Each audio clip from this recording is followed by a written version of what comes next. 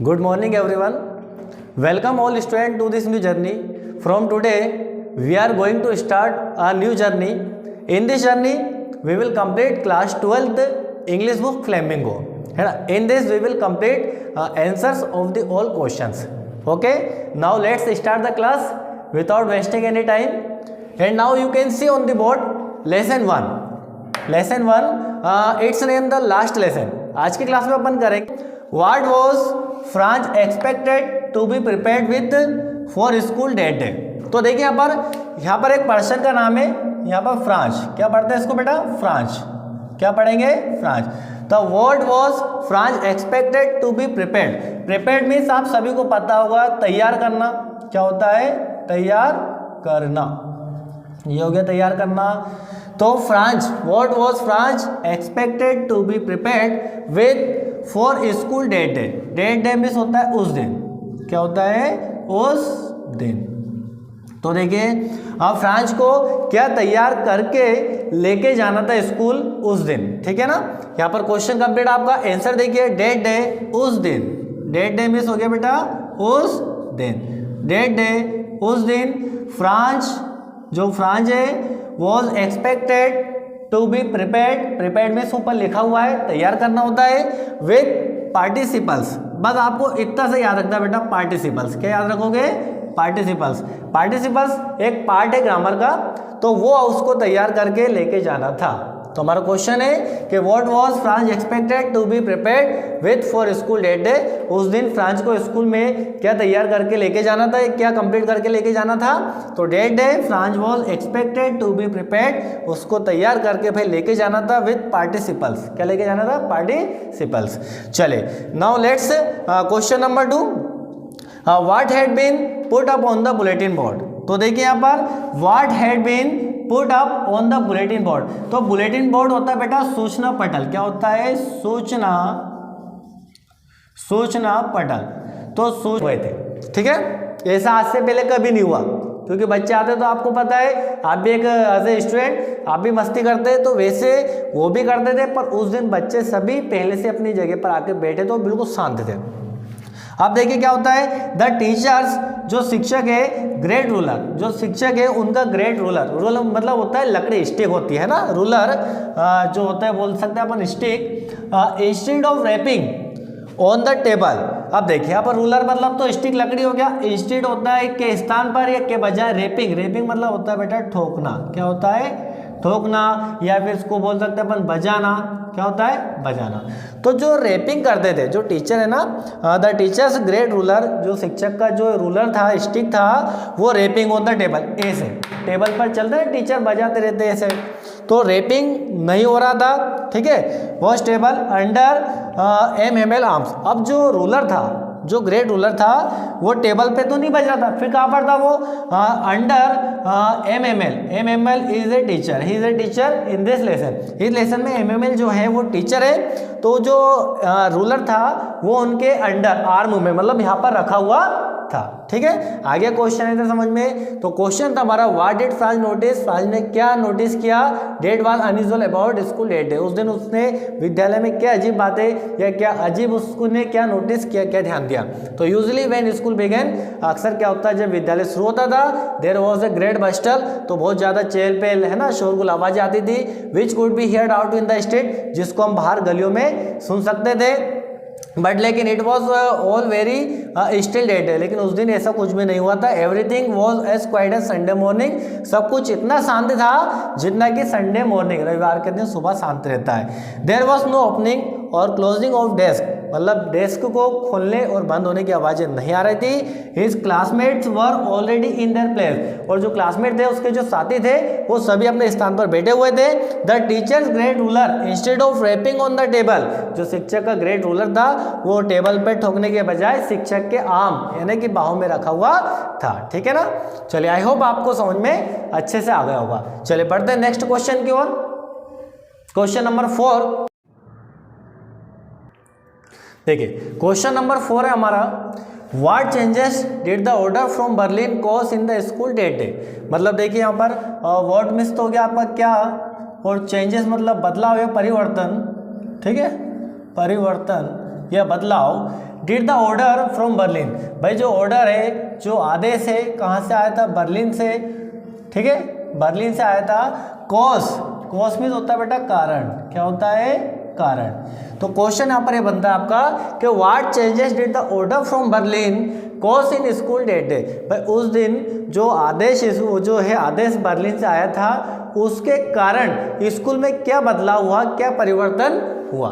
तो देखिए यहाँ पर द होल स्कूल, भाई होल स्कूल का मतलब संपूर्ण विद्यालय या पूरा जो स्कूल है, the whole school seemed so strange, so strange. अब देखो यहाँ पर सीम में होता है बेटा लगना, ठीक है ना, लगना, और स्ट्रेंज, स्ट्रेंज होता है अजीब या विचित्र, क्या होता है? अजीब या विचित्र। तो जो पूरा विद्यालय है वो कैसा लगा था? बिल्कुल एक तो अजीब सा, विचित्र लगा। एंड सोलेमन, सोलेमन होता है गंभीर, क्या होता है?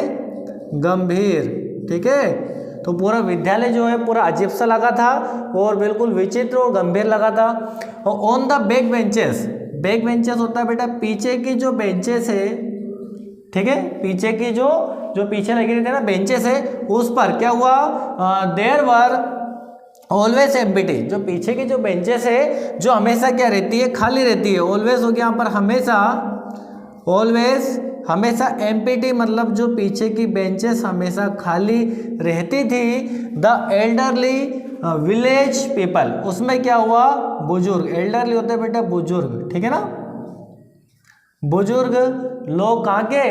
ग्रामीण के, मतलब गांव के बुजुर्ग लोग या वृद्ध लोग वहाँ पर बैठे थे, है ना। Elderly village people were sitting quietly, है ना, वहाँ पर पीछे बेंच पर बैठे थे।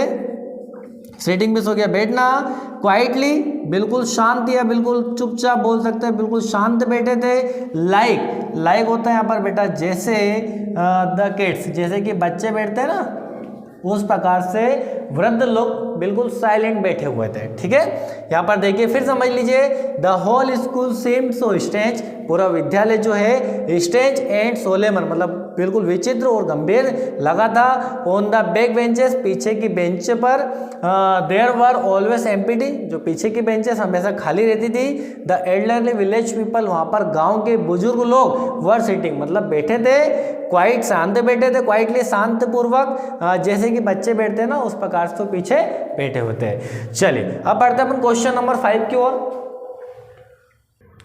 चलिए देखिए क्वेश्चन नंबर 5 यहाँ पर, how did French feelings about MML and the school change.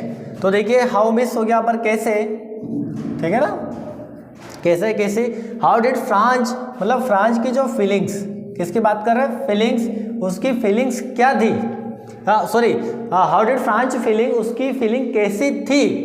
About MML, किसके बारे में? यहाँ पर अबाउट होता है बेटा के बारे में, क्या होता है? के बारे में, अबाउट के बारे में, MML के बारे में, एंड द स्कूल चेंज, और जो स्कूल वो चेंज हो रहा था उसके बारे में फ्रांच की क्या फीलिंग्स थी। क्वेश्चन आ गया समझ में? आ गया?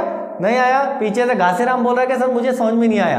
अरे भैया घासीराम समझ ले, how did French feeling, French की फीलिंग्स कैसी थी अबाउट MML के बारे में, या और एंड द स्कूल चेंज, और जो स्कूल बदल रहा था उसके बारे में उसकी फीलिंग्स क्या थी।